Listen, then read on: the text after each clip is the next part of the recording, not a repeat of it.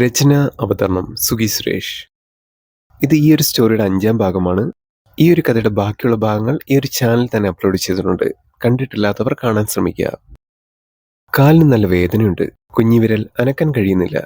നഖം പകുതിയോളം ഇളകിയിട്ടുണ്ട്. ബാൻഡേജ് കെട്ടിവെച്ചിട്ടും രക്തം വാർന്നൊലിക്കുന്നുമുണ്ട്. കെട്ടിയ ബാൻഡേജ് ഒന്ന് അഴിച്ചിട്ട് ഒന്നുകൂടി ഒന്ന് മുറുകെ കെട്ടിവെച്ചു. ശേഷം എൻ്റെ കണ്ണുകൾ മെല്ലെ അടച്ചു.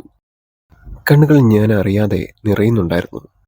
മനസ്സിന്റെ വേദനയോ അതോ കാലിന്റെ മുറിവിന്റെ വേദനയോ എന്നെനിക്ക് പോലും തിട്ടമില്ല. ഒരു നിരാശ മാത്രം മനസ്സിൽ തോന്നി. ഭർത്താവ് എന്ന് പറയുന്ന മനുഷ്യൻ ഒന്ന് വിളിച്ചിരുന്നെങ്കിൽ എനിക്ക് ഇത്രത്തോളം വിഷമം തോന്നത്തില്ലായിരുന്നു. മോളെ കീർത്തി, ഒന്നിങ്ങോട്ട് വന്നേ. ദേ അമ്മാവനും അമ്മായിയും വന്നിട്ടുണ്ട്. അമ്മയായിരുന്നു വിളിച്ചത്. വിളി കേട്ട സമയത്ത് തന്നെ ഞാൻ ഇറങ്ങി അവിടേക്ക് ചെന്നു.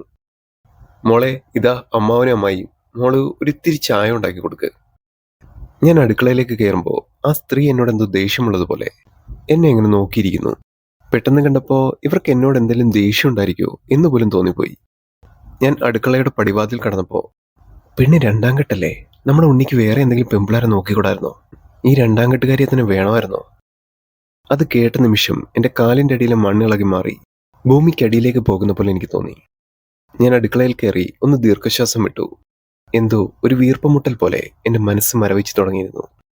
ഞാൻ ആ വീട്ടിൽ ഒറ്റയ്ക്കായതുപോലെ. കുത്തുവാക്കുകൾ കേൾക്കുമ്പോൾ ചേർത്ത് പിടിക്കാൻ ആരുമില്ല എങ്കിൽ പിന്നെ നമ്മൾ ആ വീട്ടിൽ ഒറ്റയ്ക്ക് തന്നെയാണ്. ഞാൻ എന്തൊക്കെയോ മനസ്സിലാലോചിച്ച് പാൽ അടുപ്പത്ത് വെച്ചു. എന്തോ ആലോചിച്ച് പാല് തിളച്ചു പോയത് അറിഞ്ഞില്ല. പകുതിയും തിളച്ചു പോയിരുന്നു. ബാക്കിയുള്ളതിൽ തേയിലയും പഞ്ചസാരയിട്ട് 2 കപ്പുകളിലാക്കി ഞാൻ അവർക്ക് കൊണ്ടുപോയി കൊടുത്തു. അയാൾ ചായ ടേസ്റ്റ് ചെയ്തതും, ഹേയ്, വായി വെക്കാൻ കൊള്ളത്തില്ല, ഒരു ചായ ഇടാൻ ഇതുവരെ പഠിച്ചിട്ടില്ലേ? സൗദാമിനി, ഇങ്ങനെയാണോ ഇവിടെ ചായ ഇടുന്നേ? ആ ഒരു സമയം അമ്മാവൻ എന്ന ആളുടെ പ്രതികരണം അങ്ങനെയായപ്പോ അമ്മായി എന്ന് പറയുന്ന സ്ത്രീ ആ ചായക്കപ്പെടുത്ത് എൻ്റെ കയ്യിൽ ദേഷ്യത്തോടെ എടുത്തു വെച്ച് തന്നു. ഇതാ, ഇത് കൊണ്ടുപോയി നിന്റെ വേറെ ആർക്കെങ്കിലും കൊണ്ട് കൊടുക്ക്. നല്ലൊരു ചായ ഇട്ട് തരാൻ നോക്കൊന്നും അറിയത്തില്ല. അതെങ്ങനെയാ? സൗദാമിനി ഇതിനൊന്നും കൊള്ളത്തില്ലല്ലോ. മരുമക്കളായ അവരെ മര്യാദ പഠിപ്പിക്കണം സൗദാമിനി, അല്ലെ നാളെ ഇവളമാരെ തലേ കയറി നിരങ്ങും. ഞാൻ എൻ്റെ കണ്ണുകൾ നിറച്ച് അകത്തേക്ക് കയറിപ്പോയി.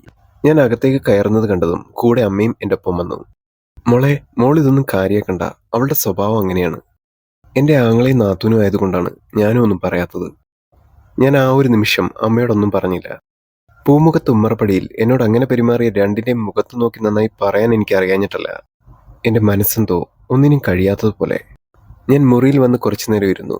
എൻ്റെ കാലിനെന്തോ സഹിക്കാൻ കഴിയാത്ത വേദന ഉണ്ടായിരുന്നു. ഞാൻ എൻ്റെ കാല് കട്ടിലിന് മുകളിൽ എടുത്തു വെച്ച് ചെറുതായി ഒന്ന് തിരുമ്മി. ഓ, കെട്ടിലമ്മ മുറി കയറി ഇരിക്കുവാണോ? എന്താ സൗദാമിനി, ഇവക്കിവിടെ ജോലിയൊന്നും കൊടുക്കാറില്ലേ? അതോ ഇവളിവിടെ സുഖവാസത്തിന് വന്നതാണോ? ഞാൻ ആ ഒരു നിമിഷം ആ തള്ളയുടെ മുഖത്തൊന്ന് തറപ്പിച്ചു നോക്കി. കൈവാക്കിനിരിക്കുന്ന വെള്ളം നിറച്ച് കുപ്പിയെടുത്ത് അവരുടെ തലമണ്ടയ്ക്കിട്ടൊരു ഏറ് കൊടുക്കണം എന്നെനിക്ക് തോന്നി. പക്ഷേ ഞാൻ എൻ്റെ മനസ്സിനെ ശാന്തമാക്കി ഒന്ന് ദീർഘശ്വാസം വിട്ടു. അവർ കുറച്ചുനേരം അവിടെ നിന്ന് മുറുമുറുത്തുകൊണ്ട് അപ്പുറത്തേക്ക് പോയി. അവർ ആരാണെന്നോ എന്താണെന്നോ എനിക്കറിയില്ല. എന്നോട് കാണിക്കുന്ന ഈ മുറുമുറുപ്പും ചൊറിച്ചിലും എന്തിനാണെന്ന് പോലും എനിക്ക് മനസ്സിലാവുന്നില്ല. വയ്യ, ഇനി എനിക്കൊന്നിനും വയ്യ. മനസ്സിൽ വല്ലാത്തൊരു വിഷമം തോന്നുന്നുണ്ട്. ചേർത്ത് പിടിക്കാൻ ആരുമില്ലാതെ മറ്റൊരു വീട്ടിൽ വന്ന് ഇങ്ങനെയുള്ള വാക്കുകൾ കേൾക്കുന്ന ഓരോ പെണ്ണിന്റെ അവസ്ഥ ഇങ്ങനെ തന്നെയായിരിക്കും. പെട്ടെന്ന് അമ്മ അവിടേക്ക് വന്നു. മോളെ, നീ ആ മോട്ടർ ഒന്നിട്ടേരെ, അമ്മായിക്ക് കുളിക്കുകയും ഫ്രഷ് ആവുകയൊക്കെ വേണം. അവർ 2 ദിവസം ഇവിടെ ഉണ്ടാകുമെന്നാ പറയുന്നത്. സഹിക്കല്ലാതെ മറ്റൊരു വഴിയില്ല എന്ന് പറഞ്ഞിട്ട് അമ്മ അടുക്കളയിലേക്ക് പോയി. ഞാൻ എൻ്റെ വയ്യാത്ത കാലം മുടന്തി പുറത്ത് മോട്ടോർ ഫിക്സ് ചെയ്തു വെച്ചിരിക്കുന്നിടത്തേക്ക് പോയി. അതിന് തൊട്ടടുത്തായി അവരുടെ ഭർത്താവ് നിൽപ്പുണ്ടായിരുന്നു, അമ്മാവൻ എന്ന ആ ഒരു മനുഷ്യൻ. ഞാൻ മോട്ടറിന്റെ സ്വിച്ച് ഓൺ ചെയ്ത് അകത്തേക്ക് നടക്കുമ്പോഴേക്കും, കല്യാണത്തിന് കണ്ടതല്ലോടി പെണ്ണെ, നീ അങ്ങ് കൊഴുത്തുപോയല്ലോ, നല്ല ശാപ്പാടാണല്ലേ ഇവിടെ. എനിക്കത് കേട്ട നിമിഷം എൻ്റെ സകല കൺട്രോളും പോയി. ദേ, സൂക്ഷിച്ച് സംസാരിക്കണം, ഞാൻ നിങ്ങളെ ജോലിക്കാരിയൊന്നുമല്ല. എന്ത് തോന്നിയാസം വേണമെങ്കിലും വിളിച്ചു പറയാൻ. ഒന്ന് അടങ്ങടി പെണ്ണെ, ഒന്നുമില്ലെങ്കിൽ നീ 2 കെട്ടിയതല്ലേ, നിന്റെ സകല ഗുണങ്ങളുമൊക്കെ എനിക്ക് അറിയാടി. ആ ഒരു നിമിഷം അയാളുടെ വായിൽ നിന്ന് വരുന്ന വാക്കുകൾ കേട്ട് ഒരു നിമിഷം ഞാൻ മരവിച്ച് നിന്നുപോയി. ഞാനൊരു പെൺകുട്ടിയല്ലേ, എന്നോട് ഇങ്ങനെയൊക്കെ പറയാൻ പാടുണ്ടോ? ജീവിതത്തിൽ ആരും എന്നോടിങ്ങനെ പെരുമാറിയിട്ടില്ല. ഞാൻ കണ്ണുകൾ നിറച്ചുകൊണ്ട് മുറിയിലേക്ക് പോയി കതകടച്ച് പൊട്ടിപ്പൊട്ടിക്കരഞ്ഞു. കുറച്ച് നിമിഷങ്ങൾക്ക് ശേഷം അമ്മ വാതിൽ മുട്ടുന്നു. മോളെ, ഞാൻ ശരണ്യയുടെ അടുത്തേക്കൊന്ന് പോവുക. അവളുടെ കുഞ്ഞ് സൈക്കിളിൽ നിന്ന് വീണ് ഹോസ്പിറ്റലിലാണെന്ന്. അവളവിടെ ഒറ്റയ്ക്കേ ഉള്ളൂ, ഞാനൊന്ന് പോയി വരാം. അമ്മ ഞാൻ കൂടി വന്നോട്ടെ? ഞാൻ അമ്മയോട് ദയനീയമായി ചോദിച്ചു. അമ്മയുള്ളപ്പോൾ തന്നെ ആ ഒരു സ്ത്രീയുടെയും ഭർത്താവിൻ്റെ സ്വഭാവം അങ്ങനെയാണെങ്കിൽ ഇനി ഞാൻ ഒറ്റയ്ക്കായ എന്തായിരിക്കും എന്നൊരു നിമിഷം ഞാൻ ആലോചിച്ചു. മോളിവിടെ നിൽക്കി, എല്ലാവരും കൂടെ പോയാൽ അവരെന്ത് വിചാരിക്കും? ഞാൻ പോയി പെട്ടെന്നിങ്ങ് വരാം എന്ന് പറഞ്ഞ അമ്മ പോയി. ഇവിടെ ആരുമില്ലേ? കഴിക്കാനൊന്നും ഉണ്ടാക്കിയിട്ടില്ല? വരുന്നവർക്ക് കഴിക്കാൻ എന്താ, നിങ്ങൾ വായുവാണോ കൊടുക്കാറ്? അതാ സ്ത്രീയായിരുന്നു. അവർ അടുക്കളയിൽ നിന്ന് വിളിച്ചു പോകുന്നു. ഞാൻ അടുക്കളയിലേക്ക് ചെന്നു. അരി അടുപ്പത്തേക്ക് വെച്ചു. പെട്ടെന്നങ്ങോട്ട് ആവട്ടെ, ഇവിടെ മനുഷ്യന് വയറ് കാഞ്ഞിട്ട് വയ്യ. ഹെടിയേ, ഇവിടെ നമ്മൾ വിചാരിക്കുന്ന പോലെ ഒന്നുമല്ല കേട്ടോ. അവളെ എന്റെ മുഖത്ത് നോക്കി പറയാ സൂക്ഷിച്ച് സംസാരിക്കണമെന്ന്. ഏ, എന്ത്? ഉണ്ണി പോലും എന്റെ ഭർത്താവിന്റെ മുഖത്ത് നോക്കി ഇങ്ങനെ സംസാരിച്ചിട്ടില്ല. വന്നു കയറി നീ ഞങ്ങളെ കൂടുതൽ ഭരിക്കാനൊന്നും വരണ്ട. വെറുതെ അല്ലേ ചേട്ടാ ഇവളുടെ ആദ്യ ഭർത്താവ് ഇവളെ കളഞ്ഞിട്ട് പോയത്. സ്വഭാവം ഇങ്ങനെയല്ലേ എന്റെ ഉണ്ണി, മറ്റേ തലവിധി. അമ്മായി, നിങ്ങളൊരു സ്ത്രീയല്ലേ, എന്തിനാ എന്നോട് ഇങ്ങനെയൊക്കെ പെരുമാറുന്നേ? ഞാൻ എന്ത് തെറ്റാ നിങ്ങളോട് ചെയ്തത്? ഞാൻ നിന്നെ പോലെ ഒന്നും രണ്ടും കിട്ടി പാവപ്പെട്ട ഒരുത്തന്റെ ജീവിതത്തിലോട്ട് വന്നു കയറി സുഖവാസം അനുഭവിക്കുന്നവളല്ല. ഞാൻ നല്ല അന്തസ്സുള്ള സ്ത്രീയാണ്, അല്ലാതെ നിന്നെപ്പോലല്ല. ഓരോ നിമിഷങ്ങളിലും എന്റെ കാലും കൈയും കുഴയുന്നത് പോലെ പെട്ടെന്നൊരു ദിവസം രണ്ടുപേർ എന്റെ ചെവിക്ക് ചുറ്റും വന്ന് എന്നെ പരമാവധി കൊന്നുകൊണ്ടിരിക്കുന്നു. ഞാൻ ഒന്നും മിണ്ടാതെ അടുപ്പിൽ കത്തിയെരിയുന്ന ആ തീ നോക്കിക്കൊണ്ടിരുന്നു. ഞാൻ മിണ്ടാതെ നിൽക്കുമ്പോഴും അവർ തുടർന്ന് പരിഹസിച്ചുകൊണ്ടേയിരുന്നു. അല്ല, നിന്റെ ആദ്യ ഭർത്താവ് ഇപ്പൊ എവിടെയാ? അവനും നീയായിട്ട് ഇപ്പോഴും വല്ല ബന്ധമുണ്ടോ? ചിലപ്പോ ചേട്ടാ ഇവളുടെയൊക്കെ മൊബൈൽ എടുത്ത് നോക്കിയാൽ നമുക്ക് കാണാം ഇവളൊക്കെ ആരുമായിട്ടൊക്കെ ബന്ധമുണ്ടെന്ന്. സഹി കെട്ടി ഞാൻ മുറിക്കകത്തേക്ക് പോയി എന്റെ മൊബൈൽ എടുത്തുകൊണ്ട് വന്ന് അവരുടെ മുഖത്തേക്ക് എറിഞ്ഞു കൊടുത്തു. ഇതാ എന്റെ മൊബൈൽ, നോക്കിക്കോ ആരുമായിട്ടൊക്കെ ബന്ധമുണ്ടെന്ന്. എടി പെണ്ണേ, നീ കൂടുതൽ ഇളകിയൊന്നും വേണ്ട. മര്യാദയ്ക്ക് ഇവിടെ നിൽക്കാൻ പറ്റുമെങ്കിൽ നിന്നാ മതി. ഇല്ലേ നിന്നെ ഇവിടുന്ന് ഓടിക്കാൻ ഞങ്ങൾക്കും അറിയാം. ചേട്ടാ, എനിക്ക് തോന്നുന്നു ഇവളുടെ ആദ്യത്തെ കെട്ട് കഴിഞ്ഞപ്പോ ഇവള് വേറെ ആരുടെ കൂടെ പോയി. അതുകൊണ്ടാണ് ഇവളെ ബന്ധം ഒഴിഞ്ഞ് നമ്മുടെ പാവ ഉണ്ണിയുടെ തലയെ കെട്ടിവെച്ചത്. അവനൊരു പൊട്ടനാ, ഇവളെ മനസ്സിലാക്കാൻ അവൻ അറിയില്ല. എന്റെ കണ്ണുകളിലെ കണ്ണുനീർ വറ്റി തുടങ്ങിയിരുന്നു. എനിക്ക് എന്ത് ചെയ്യണമെന്നറിയാതെ കുറച്ചു നിമിഷം അങ്ങനെ നിന്നു. ഒരുപക്ഷെ എന്റെ തലവിധിയായിരിക്കാം ഇതുപോലുള്ള മാരണങ്ങൾ സഹിക്കേണ്ടി വരുന്നത്. ഞാൻ എന്താണ് ഏതാണെന്നുള്ള കാര്യങ്ങളൊന്നും നിങ്ങളെ ബോധ്യപ്പെടേണ്ട ആവശ്യം എനിക്കില്ല. എന്തെങ്കിലും ഉണ്ടെങ്കിൽ ഞാൻ എന്റെ ഭർത്താവിനെ ബോധിപ്പിച്ചോളാം.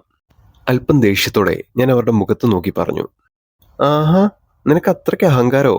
എങ്കിൽ നിന്നെയും നിന്റെ ഭർത്താവിനെയും രണ്ട് വഴിക്കാക്കിയിട്ട് ഞങ്ങൾ ഇവിടുന്ന് പോകുന്നുള്ളൂ. ഞങ്ങളുടെ കുടുംബത്തെ ഒരു പെണ്ണും ഇങ്ങനെ തലപൊക്കി ആണുങ്ങളുടെ നേരെ നിന്ന് സംസാരിച്ചിട്ടില്ല. പെട്ടെന്ന് അടുക്കളയിലേക്ക് ഒരു നിഴൽ കടന്നു വരുന്ന പോലെ തോന്നി. അടുക്കളയിൽ നിന്നിരുന്ന 3 പേരും ആ നിഴലിനെ അങ്ങനെ നോക്കി നിന്നു. ആരാണ് ആ വരുന്നത്? ഉണ്ണിയേട്ടൻ. ഒന്നിച്ചെന്ന് കെട്ടിപ്പിടിക്കണം, ചേർത്ത് പിടിക്കണം, എല്ലാം മനസ്സിൽ ആഗ്രഹങ്ങളുണ്ടായിരുന്നു. ചില നിമിഷങ്ങളിൽ വിശപ്പ് പോലും ചത്തുപോകുന്ന നിമിഷങ്ങൾ ഉണ്ടാകാറുണ്ട്. വയറ് കാലിയാണെങ്കിലും ഭക്ഷണം കഴിക്കാൻ തോന്നാത്തൊരവസ്ഥ. ആ സമയം ഉണ്ണിയേട്ടനെ നേരിൽ കണ്ടപ്പോൾ അങ്ങനെ ഒരു അവസ്ഥയായിരുന്നു. എന്റെ കാലുകൾ ചലനമില്ലാതെ അങ്ങനെ നിന്നു. ഞാൻ ഉണ്ണിയേട്ടന്റെ മുഖത്തേക്ക് നോക്കിയില്ല, ഒന്നും മിണ്ടാനും പോയില്ല.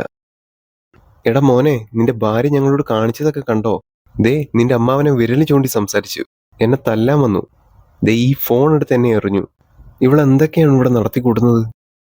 എടി അവനെ കൊള്ളാഞ്ഞിട്ടാ. ഇവൻ നേരെ ആയിരുന്നെങ്കിൽ അവൾ എപ്പോഴേ മര്യാദയായിട്ട് നിന്നേനെ. ഉണ്ണിയേട്ടൻ എന്റെ അടുക്കലേക്ക് വന്നു. കീർത്തന, ഇവർ പറയുന്നതൊക്കെ സത്യമാണോ? ഞാൻ ഒന്നും മിണ്ടാതെ ഉണ്ണിയേട്ടന്റെ കണ്ണിലേക്കൊന്ന് നോക്കി. ശേഷം അടുപ്പിൽ കത്തിയിരുന്ന തീയിലേക്കും. അമ്മായി, 2 പേരും എന്തേലും കൊണ്ടുവന്നിട്ടുണ്ടെങ്കിൽ ഇപ്പൊ തന്നെ സാധനം എടുത്ത് പാക്ക് ചെയ്ത് വണ്ടി വിട്ടണം. 2 എണ്ണത്തിന് ഈ ഏരിയ കാണാൻ പാടില്ല. എടാ, നീ എന്താ ഞങ്ങളോട് പറഞ്ഞേ? ഒരു കല്യാണം കഴിഞ്ഞു എന്ന് വെച്ച് നിനക്ക് എന്തും പറയാന്നായോ? ഈ നിൽക്കുന്ന എന്റെ അമ്മാവനാ. നിങ്ങൾ കണ്ടോ മനുഷ്യ, നിങ്ങളുടെ സഹോദരിയുടെ മോൻ പറയുന്നൊക്കെ തേനേപ്പാലയെന്ന് നോക്കി കൊണ്ടുനടന്നല്ലേ? ഉണ്ണിയേട്ടൻ അത് പറഞ്ഞു തീർന്നതും അവർ കയ്യിലുണ്ടായിരുന്ന ബാഗും എടുത്ത് വീട്ടുമുറ്റത്തെ പടിയിറങ്ങി. ഞാൻ അതേപോലെ തന്നെ അടുക്കളയിലെ തീയിൽ നോക്കി അങ്ങനെ നിന്നു. ഉണ്ണിയേട്ടൻ എന്റെ പിന്നിൽ കൂടി വന്നൊന്ന് കെട്ടിപ്പിടിക്കുന്നു. എന്നോട് എന്തൊക്കെയോ പറയുന്നു. പക്ഷേ ഞാനൊന്നും ശ്രദ്ധിക്കുന്നുണ്ടായിരുന്നില്ല. എന്റെ മനസ്സ് കരിങ്കല്ല് പോലെ അങ്ങനെ നിന്നു. എടോ, തനിക്കെന്തു പറ്റി? തനെന്തൊന്നും മിണ്ടാതെ? ഞാൻ ഒന്നും തന്നെ മിണ്ടാതെ ഉണ്ണിയേട്ടന്റെ കൈ തോളിൽ നിന്ന് എടുത്തു മാറ്റി മുറിയിലേക്ക് കയറി കഥ അടച്ചു.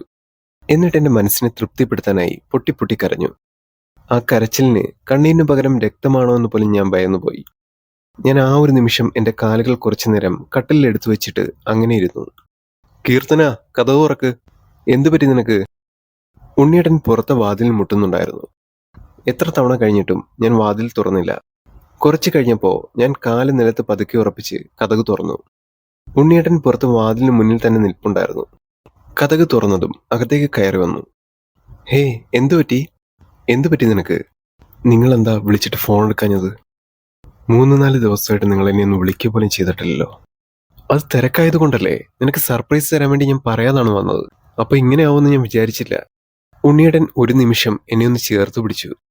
ആ ഒരു നിമിഷം അത്രയും നേരം എന്റെ ശരീരത്തിലും മനസ്സിലും ഉണ്ടായിരുന്ന വേദന പെട്ടെന്ന് കുറയാൻ തുടങ്ങി.